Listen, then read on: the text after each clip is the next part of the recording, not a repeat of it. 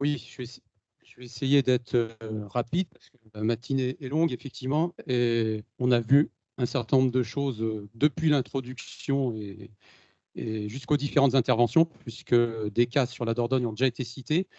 Simplement, rapidement, c'était dit en introduction, effectivement, nous, la genèse de notre projet LIFE, elle s'est nourrie de 25 ans d'études qui sont partis d'un diagnostic sur les berges du CEMAGREF en 1994, des schémas berges avec biotech entre 1998 et 2011, des études sur les bras morts, les quanes, entre 1979 et 2009, les études sur les gravières, la centaine de gravières qui sont situées entre Argentat et Libourne, qui ont été abordées avec Ecosper en 2003 et OCA en 2005. Les actions du plan poisson migrateur, puisqu'on a vu, on va parler d'injections ciblées pour les poissons migrateurs, le plagiepomie qui met en avant ces actions-là aussi, le diagnostic des DOCOP sur les habitats alluviaux, donc on les a vus aussi, les études frayères migrateurs d'EcoGEA en 2015 dans le cadre du partenariat Epidor, EDF et Agence de l'eau Adour-Garonne, initiative Biosphère Dordogne, les études d'épimorphogènes avec OCA en 2015 et la thèse, finalement la thèse de Fabien Bouteau, là, dont on a largement parlé ce matin. Donc, quels outils pour agir? Alors, historiquement, Epidor a d'abord travaillé sur les principaux points qui faisaient débat. C'est d'abord, nous, l'impact des éclusés, hein, qui a largement fait débat dans les années 90. Donc, on a d'abord travaillé sur l'accès aux habitats, l'hydrologie perturbée, donc la convention éclusée. On a travaillé aussi sur les barrages du Bergeracois pour l'accès aux habitats en termes de continuité piscicole. Donc là, on voit qu'on travaille sur l'hydrologie, les continuités écologiques. Et en fait, on ne s'intéressait pas vraiment au transit et à l'équilibre sédimentaire. Et le programme LIFE ainsi que le programme IBD avant, Initiative Biosphère Dordogne, nous ont permis d'expérimenter localement des solutions. Alors, l'idée, c'est dans le cadre d'IBD, on a expérimenté quelques petits chantiers. Et ces chantiers nous ont servi comme pilote pour construire un programme plus global, le programme LIFE Rivière Dordogne. Donc pourquoi ce projet-là? L'idée, c'était vraiment d'aller plus loin, d'organiser et de structurer une action sur un plus long terme à l'échelle de la vallée, mobiliser des moyens qui permettent d'agir, on verra, c'est coûteux, pour passer à une autre échelle, et d'aborder des sujets stratégiques dont on a largement parlé ce matin, la maîtrise foncière qui peut être rendue nécessaire, et la gestion sédimentaire dans sa globalité à l'échelle de l'axe. Et enclencher une dynamique et fédérer les acteurs autour d'un projet commun, puisqu'on a 10 bénéficiaires associés autour de ce programme LIFE. La jeunesse du projet, un programme LIFE, ça s'inscrit obligatoirement sur des sites Natura 2000, hein, puisque c'est des programmes européens qui permettent d'aider le réseau Natura 2000 à relever ses objectifs.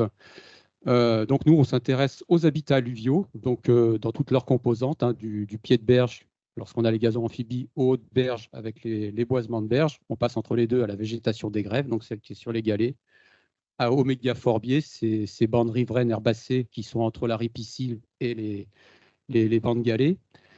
Et les habitats d'espèces, on en a parlé tout à l'heure, des habitats d'espèces cibles dans le réseau Natura 2000 aussi, le saumon atlantique, la grande alose et la lamproie marine. Donc, on l'a vu à la carte, elle est aussi affichée dehors. Vous pourrez la redécouvrir pendant le repas tout à l'heure. Donc, ce sont nos 30 chantiers qui se répartissent sur un linéaire de 280 km entre Argentat, le pied des barrages, donc, et Sainte-Terre en Gironde, la limite avec le système fluvio-estuarien. Là, on rentre dans un système complètement différent, puisqu'après Sainte-Terre, on est dans un système influencé par la remontée des eaux marines via le mélange des eaux entre eau douce et eau marine. Donc les actions, alors je vais en parler rapidement, c'est la typologie des actions. On a 12 frayères qui vont être restaurées sous la forme de réinjection ciblée. Donc là, on est dans la continuité de ce qui se fait dans le cadre de la convention éclusée. Mais dans le cadre du programme LIFE, on a voulu changer d'échelle. Et à l'issue de ces 6 ans de travaux, donc 2020 à 2026, on aura doublé la capacité de frais sur la Dordogne, puisqu'on va réinjecter 6000 m3 sur 12 frayères. Et donc, on aura une capacité d'accueil qui aura doublé sur ce secteur-là. Dans le cadre du programme LIFE, on s'est donné les moyens aussi de suivre pour évaluer la durabilité des aménagements, donc avec le pôle hydraulique de l'Office français de la biodiversité, l'OFB.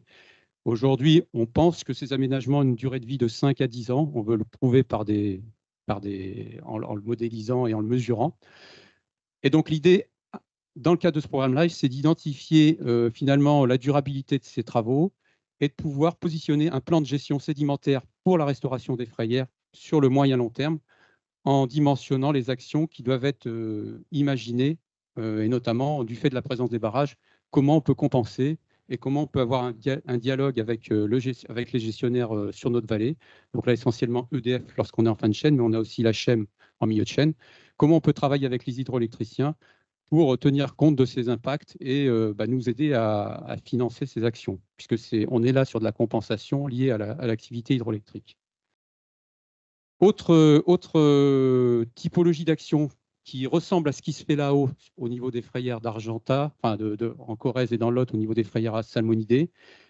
Là aussi, ça concerne la présence d'ouvrages en travers. Là, on est sur la moyenne Dordogne.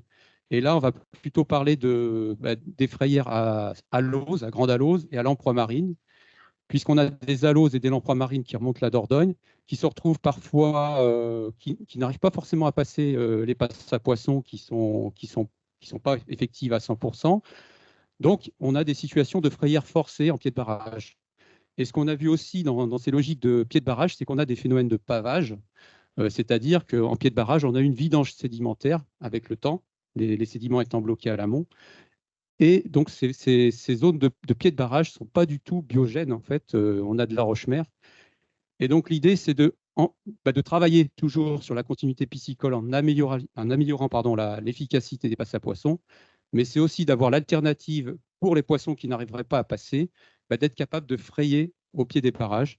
Donc là, au niveau du barrage de Mozac, qui est un des barrages, qui est le barrage le plus à l'amont de la zone de la moyenne Dordogne, puisque c'est 3 barrages successifs, Mozac, Tulière, Bergerac, le plus à l'amont, on va transférer des sédiments qui sont bloqués en queue de retenue vers des frayères plus à l'aval, 17 km pour la première, à Moulédier, et 31 km pour la seconde, du côté de Prigon-Rieux-les-Neubous. Donc Moulédier est à l'aval de Tulière, et Prigon-Rieux-les-Neubous est à l'aval de Bergerac. Donc là, c'est 6 000 m3 à nouveau qui vont être transférés cette année, entre cette année et l'année prochaine, sur 2 ans. Et là aussi, on va expérimenter, étudier la faisabilité, dimensionner les coûts et la durabilité de l'action. L'idée, c'est de voir si on peut mener ces actions sur le terme ou s'il faut travailler à des modalités de gestion des vannes pour qu'on ait une meilleure transparence sédimentaire. Donc ça se travaille en lien avec EDF, puisque EDF nous autorise à travailler là sur la concession, puisque le transfert de sédiments, le prélèvement de sédiments, on le voit, le banc, là, il est cartographié. On a fait du cryocarottage pour essayer de vérifier l'existence de ce banc et son épaisseur. On a trouvé 30 000 m3 à cet endroit-là, on va en prélever 6 000. Donc là, c'est des techniques qui ont été très peu utilisées en Europe, mais c'est des techniques qui permettent d'appréhender finalement des situations de lacs profonds, en fait, pour essayer d'analyser finalement ces couches de sédiments.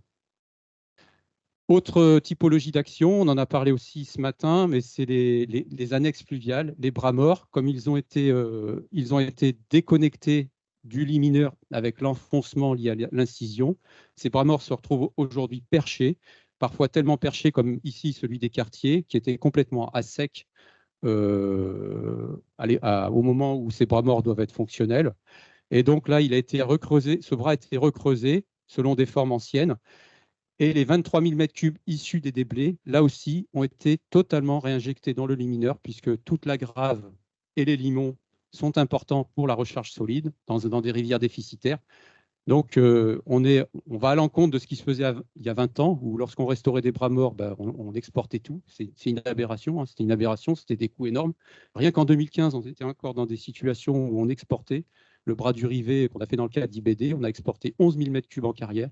Ça paraît complètement fou aujourd'hui. Ça nous a coûté 140 000 €.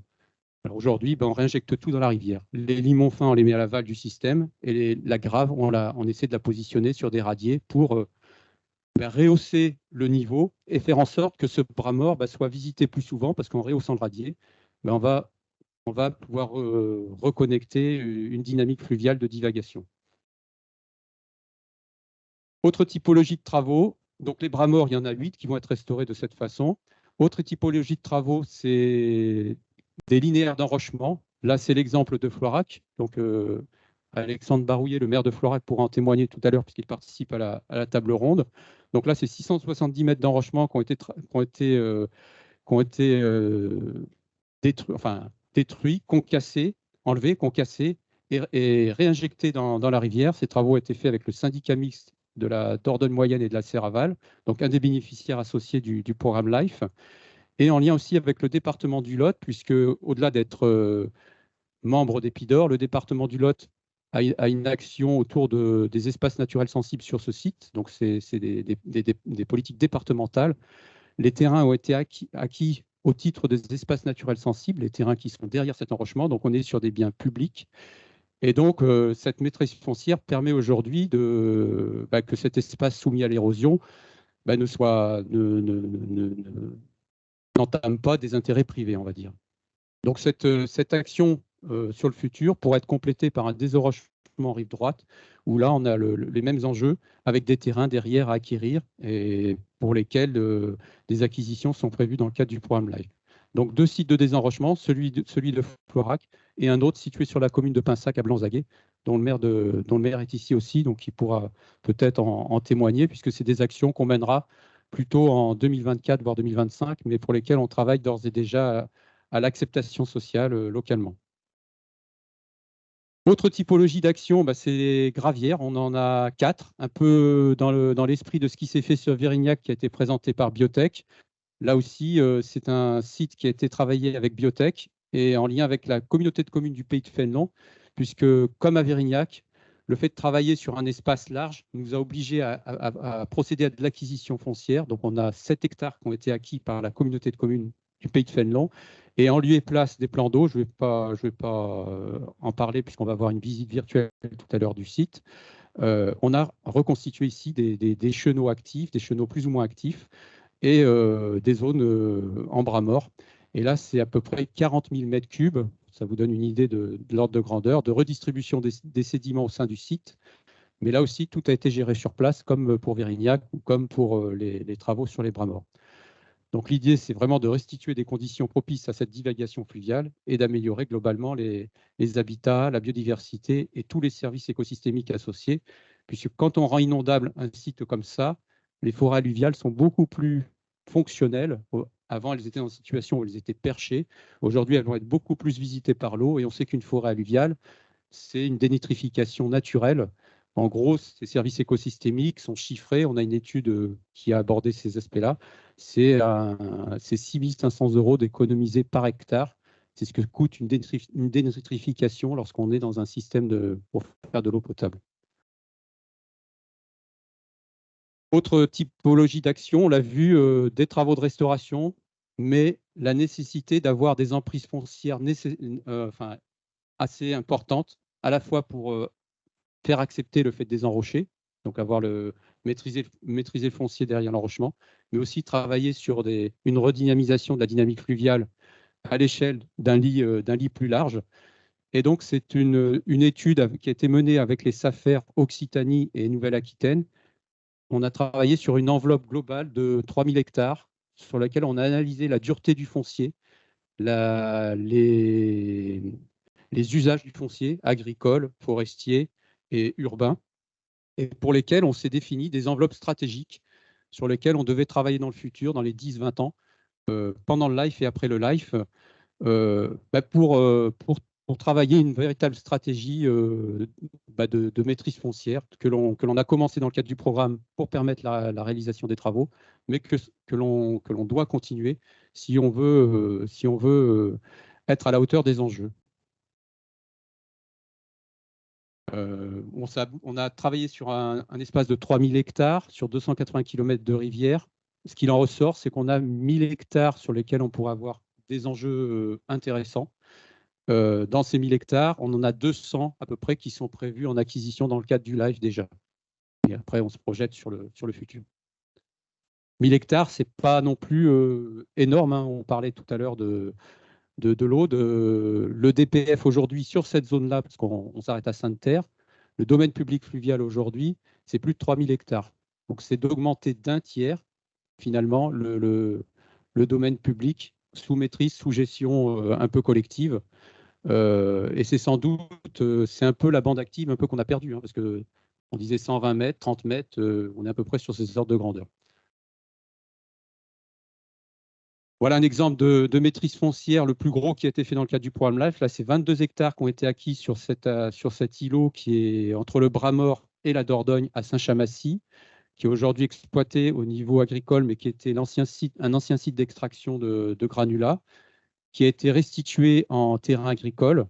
Là, on a travaillé avec le fermier, on a acquis le terrain avec lui, donc avec une négociation en SAFER. Donc, il va continuer d'être fermier. Aujourd'hui, il exploite que 7 hectares sur cet îlot.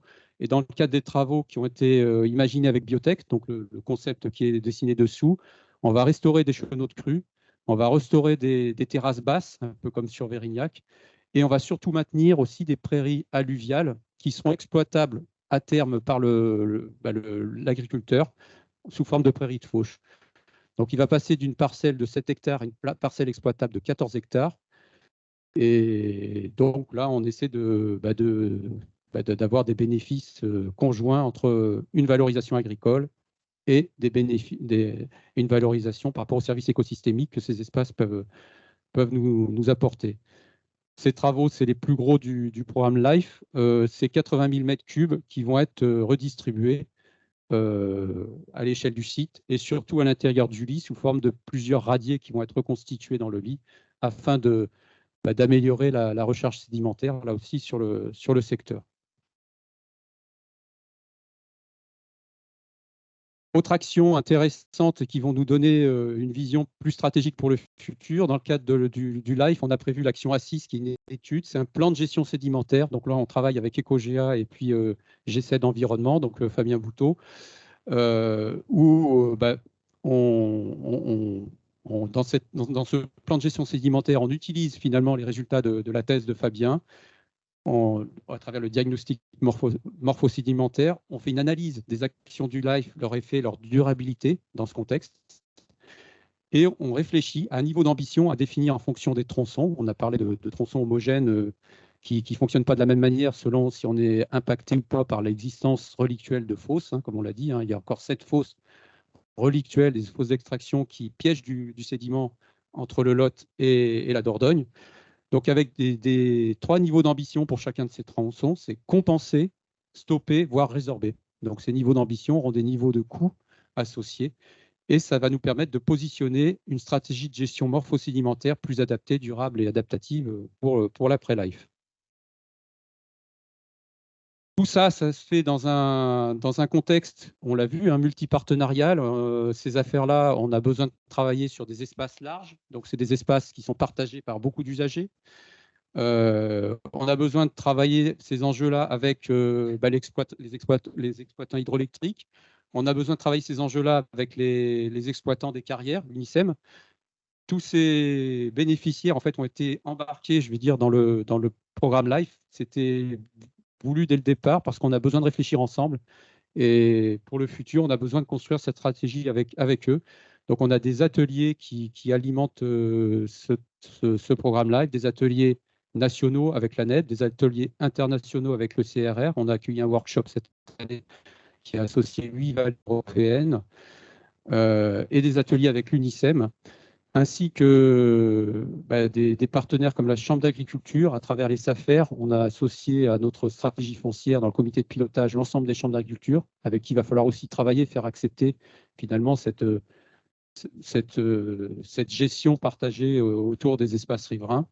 Les conservatoires d'espaces naturels qui ont leur propre aussi action autour du foncier. On essaie d'avoir une stratégie commune. Ils ont été associés à ce comité de pilotage de la stratégie foncière. Et des acquisitions complémentaires au LIFE se sont faites déjà dans ce cadre avec le CEN Nouvelle-Aquitaine et le CEN Occitanie, dans les enveloppes qui nous intéressaient. Et ainsi que les collectivités locales. Donc, on a des collectivités locales qui sont d'ores et déjà associées au programme LIFE, mais dans le cadre du comité de pilotage sur le foncier, on a associé les 15 EPCI, les 15 communautés de communes concernées par ces enjeux-là. Et dans le programme LIFE, on a la commune de Prud'Homal, la commune de Carénac, le syndicat SMDMCA, la commune de Florac, le pays de Fénelon et la commune de Carsac-Kayak. Donc ça, c'est important parce qu'on a parlé de l'acceptation sociale et finalement de s'ouvrir à ces différents ces différentes possibilités de concertation, bah, c'est autant de moments où on peut partager ces objectifs. Alors, les actions du programme sont-elles à la hauteur du problème? Ça, c'est les éléments de débat que l'on vous propose. À l'issue du programme, en 2026, à l'issue du programme LIFE, on aura réinjecté 200 000 m3. Le déficit, c'est 9,5 millions de mètres cubes sur la Dordogne. Depuis 20 ans, on aura restauré 36 des plus grands bras morts reconnectés par rapport à 100 sur l'axe Dordogne entre Argentat et Sainte-Terre. C'est là où ils s'expriment. On a une décision qui continue puisqu'on est à 0,6 m sur 160 km aujourd'hui. Et on l'a vu, hein, on a des fosses rélictuelles qui font perdurer cette incision et un manque d'apport en amont qui font perdurer cette incision. Ce manque, il est chiffré dans la thèse. Hein, c'est 2000 à 4000 m3 qui manquent chaque année dans le système d'Argentat. Et la vidange sédimentaire, on l'a vu aussi dans les travaux présentés par Fabien, la vidange sédimentaire et le pavage complet atteindront Beaulieu-sur-Dordogne en 2070. Pour le maintien et la restauration d'un matelas alluvial, on l'a vu, c'est un vrai besoin pour garantir la qualité écologique de la rivière et les services écosystémiques fournis par la rivière. Et on l'a vu sur l'Aude. L'Aude s'intéresse au lien entre ce qui se passe dans la rivière et les nappes. On pense que nous, on a sans doute intérêt à s'y intéresser aussi parce qu'on a des captages en nappe alluviale, hein, dans le Lot, en Dordogne, et on a sans doute intérêt à comprendre finalement le lien qu'il y a entre les deux. Ça va nous donner aussi des priorités d'action et des tronçons d'action sur lesquels il va falloir allier les enjeux de biodiversité, de recherche de ce matelas alluvial, mais en lien aussi avec ce qui peut se passer à l'échelle de la nappe alluviale. Enfin, l'après-life, on y réfléchit déjà, d'ores et déjà, après 2 ans et demi d'action, c'est de se dire, bah, finalement, les résultats de la thèse qui sont arrivés en 2020, ils sont arrivés au moment où on avait ce programme LIFE qui était accepté par l'Europe, mais ce programme LIFE, on l'a travaillé dès 2017, donc on n'avait pas encore les résultats de la thèse, même si on imaginait que les actions qu'on allait mener allaient être sans regret. Mais on s'aperçoit que la thèse nous apporte un chiffrage et nous montre qu'on n'est pas à l'échelle du problème, en fait. Le niveau, on doit encore élever le niveau d'ambition, même si on a eu l'impression de franchir un niveau d'action important avec 8,8 millions d'euros qui ont été investis sur cette vallée à l'issue du programme LIFE. On va travailler demain sans doute sur un espace de fonctionnalité. On voit que la stratégie foncière, pour mieux gérer les enjeux, elle est indispensable. On aura des ressources sédimentaires à mobiliser. Là, les 200 000 m3, on les trouve en faisant des travaux de restauration. Mais pour élever ce niveau d'ambition, il va falloir sans doute mobiliser encore plus les secteurs d'érosion, mobiliser les terrasses basses alluviales du lit majeur pour reconstituer et les remobiliser au profit d'un espace de fonctionnalité. Donc là, ça veut dire de l'acquisition foncière, du travail sur les terrains, un peu comme ça s'est fait sur les gravières. Structurer le pilotage d'une stratégie sédimentaire par rapport à des approches ponctuelles et incomplètes. Aujourd'hui, on travaille sur 30 chantiers positionnés le long de l'axe. Les suivis qui vont être menés dans le cadre du live vont nous donner un peu de hauteur. Les résultats de la thèse nous donnent aussi des résultats chiffrés. Pour piloter tout ça, il va falloir qu'on se donne des moyens aussi de piloter ça de façon plus globale. Et on aura de toute façon besoin de continuer à planifier les actions et les suivis. Concilier les outils réglementaires pour les interventions. On l'a vu, c'est parfois compliqué d'arriver à démontrer que les injections sédimentaires, c'est bénéfique aussi pour les crues. Les démonstrations ne sont pas toujours simples. Et les conditions de réussite, c'est arriver à convaincre le plus grand nombre et trouver les financements à la hauteur des besoins. Voilà. Donc ça, c'est des points qui pourront intéresser la table ronde cet après-midi, mais c'était un peu les points d'étape dont on voulait vous faire part après à mi-programme de ce programme LIFE. Merci Frédéric.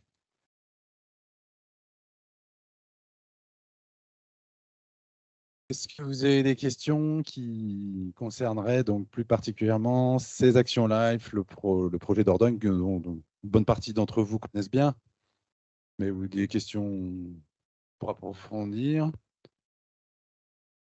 Sinon, voilà, on aura l'occasion d'y revenir pendant la table ronde aussi. Peut-être alors, on va pas tarder à aller manger, mais juste avant, on voulait vous proposer une petite. Ouais, on avait envie de partager tellement de choses que déjà, vous avez vu, la matinée, elle est vraiment dense. On a tenté de ne pas faire de pause. J'espère que vous n'en avez pas trop souffert. Enfin, voilà, donc c'était dense. Mais bon, on faisait aussi venir des intervenants là, de qualité dont on voulait vraiment que vous puissiez profiter au maximum. On avait espéré pouvoir aller sur le terrain aussi. Non, c'est pas possible. Donc, on a essayé d'amener le terrain ici. On a des outils ici avec un collègue là, bah, vous allez voir ce qui nous permet de faire et on va vous faire visiter le site de Gaulle qui est un des sites qui a été restauré l'année dernière. Oui, c'est ça. Ben, je remercie François, notre fameux collègue, qui a cette compétence en animation et en drone aussi. Donc, ben, je vous présente le bassin et on va faire un petit focus sur le site de Gaulle restauré dans le cadre du projet LIFE. Donc, on se situe à peu près à mi-distance entre source de la rivière Dordogne et l'océan.